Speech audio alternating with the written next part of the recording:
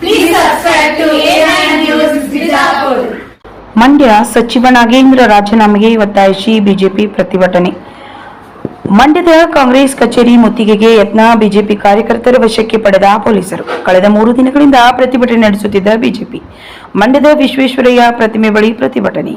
ಸಚಿವ ಸ್ಥಾನಕ್ಕೆ ನಾಗೇಂದ್ರ ರಾಜೀನಾಮೆ ಸಲ್ಲಿಸುವಂತೆ ಆಗ್ರಹಿಸಿ ಪ್ರತಿಭಟನೆ. ಇಂದು ಏಕಾಏಕಿ ಕಾಂಗ್ರೆಸ್ ಕಚೇರಿಗೆ ಮುತ್ತಿಗೆಗೆ ಯತ್ನ. ಕೈ ಕಚೇರಿಗೆ ಹೋಗುವ ಮುನ್ನವೇ ಬಿಜೆಪಿ ಕಾರ್ಯಕರ್ತರಿಗೆ ತಡೆ. ಪೊಲೀಸರ ಜೊತೆ ಮಾತಿನ ಚಕಮಕಿ. ಮಾರ್ಗ ಮಧ್ಯದಲ್ಲೇ ಬಿಜೆಪಿ ಕಾರ್ಯಕರ್ತರ ವಶಕ್ಕೆ ಪಡೆದ ಪೊಲೀಸರು.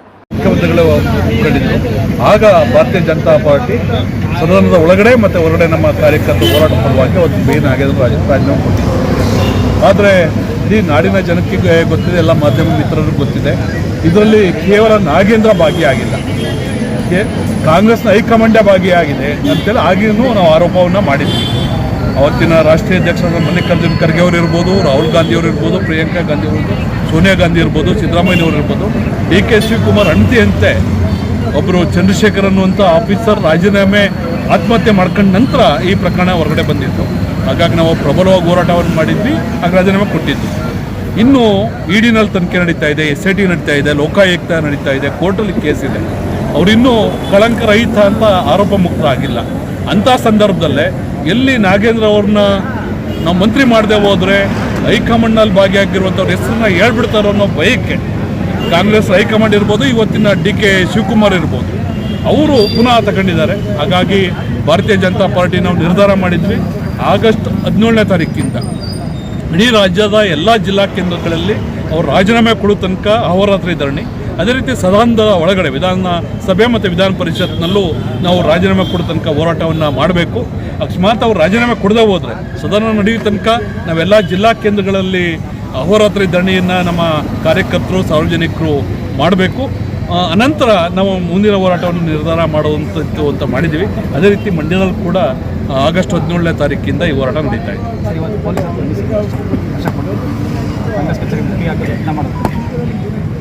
ಇಲ್ಲ, ಕಾಂಗ್ರೆಸ್ಗೆ ಯಾವುದೇ ಕಚೇರಿ ಮುತ್ತಿಗೆ ಹಾಕಿರೋಗೇನು ಮಾನ ಮರ್ಯಾದೆ ಇಲ್ಲ.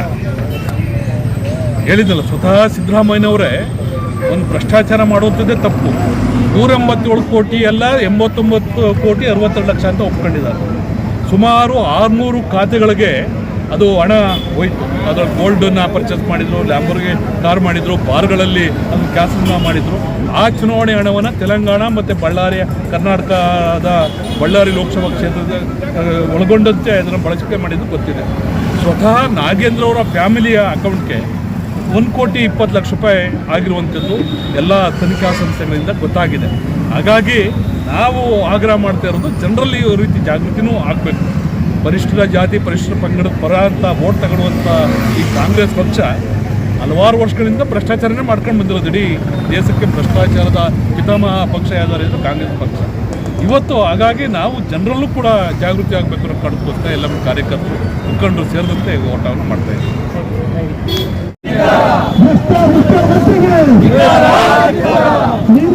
ಕಾಂಗ್ರೆಸ್ ಸರ್ಕಾರಕ್ಕೆ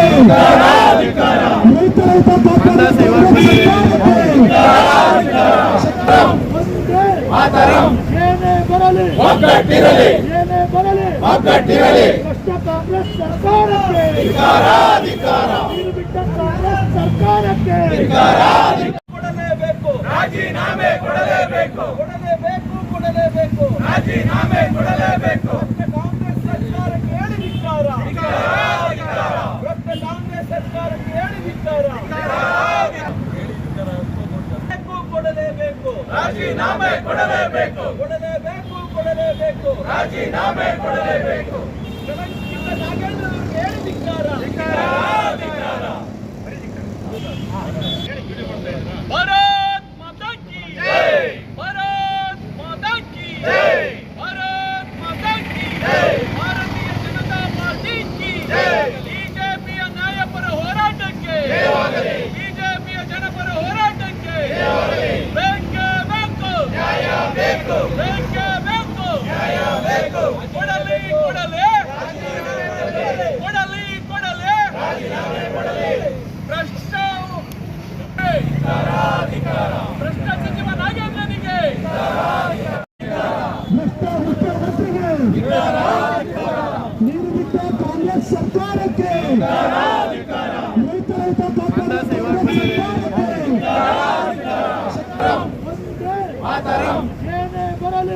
ಏನೇ ಬರಲಿ ಭ್ರಷ್ಟ ಕಾಂಗ್ರೆಸ್ ಸರ್ಕಾರಕ್ಕೆ ನೀರು ಬಿಟ್ಟ ಕಾಂಗ್ರೆಸ್ ಸರ್ಕಾರಕ್ಕೆ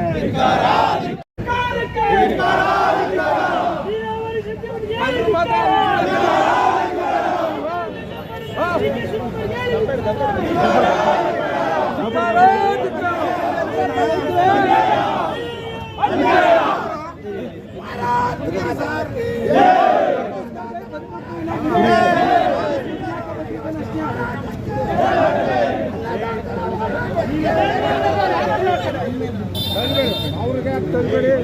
ಭಾರತ್ ಮಾತಾ ಕಿ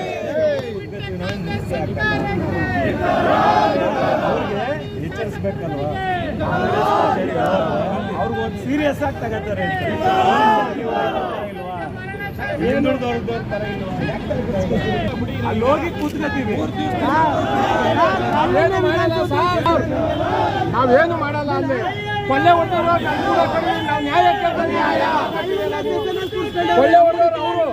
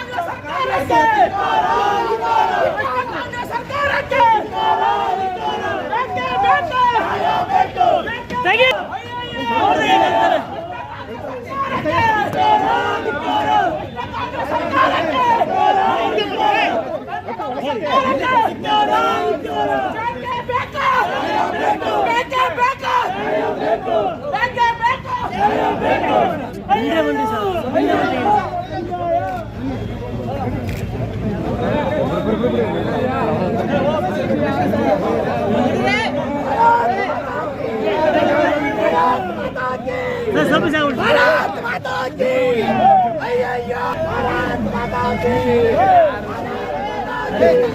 भारत माता की भारत माता की भारत माता की भारत माता की ನಿರಂತರ ಸುದ್ದಿಗಳಿಗಾಗಿ ನೋಡ್ತಾ ಇರಿ A9 ನ್ಯೂಸ್.